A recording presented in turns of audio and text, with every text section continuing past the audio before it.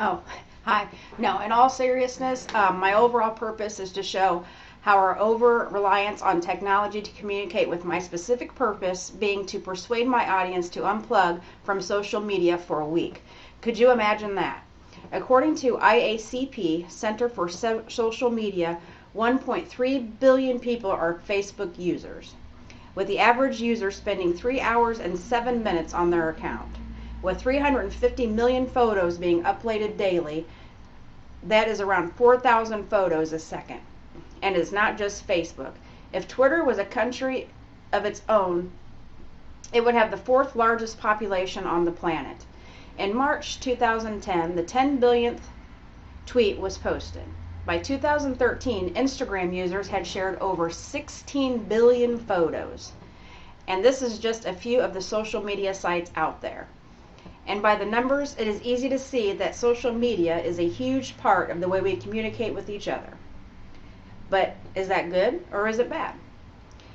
In the May-June issue of Social Work Today, in an article written by Mara Keller entitled Social Media and Interpersonal Communication, she quotes Paul Booth, PhD, as Assistant Professor of Media and Cinema Studies in the College of Communication at DePaul University in Chicago, who states that three key issues are surfacing regarding the role social media now plays in people's communication styles. First, when we communicate through social media, we tend to trust the people on the other end of the communication, so our messages tend to be more open. Second, our social connections are not strengthened as much through social media as they are face to face, so we don't tend to deepen our relationships. They tend to exist in the status quo.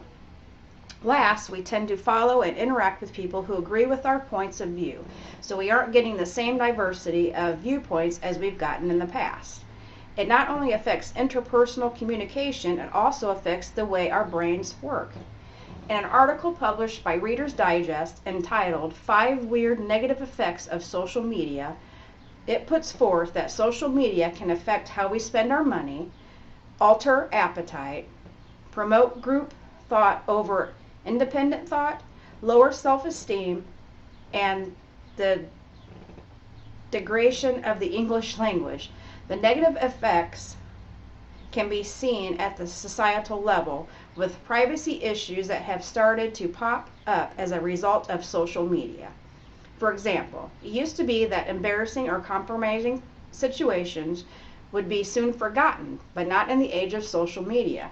Now, that moment can haunt a person forever.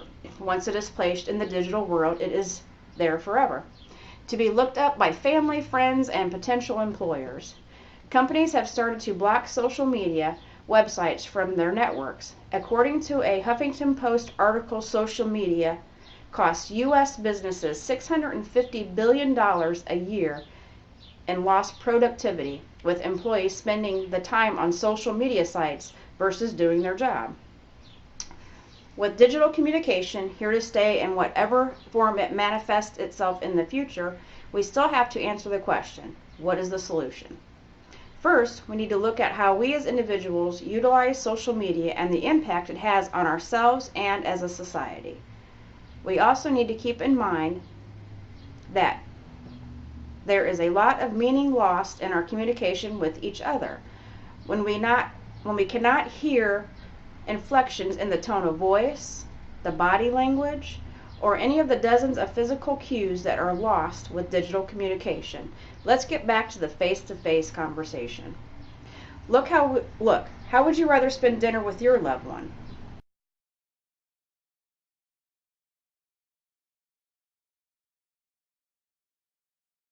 A more fun and engaging time.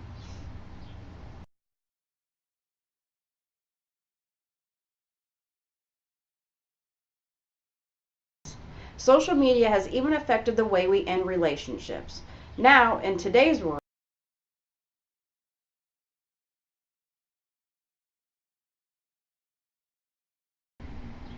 me, I'm old school. I like the real world.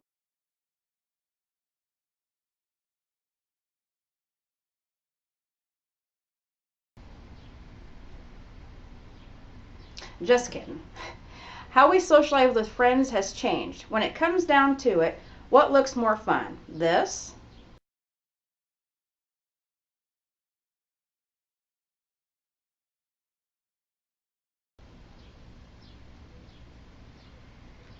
or this?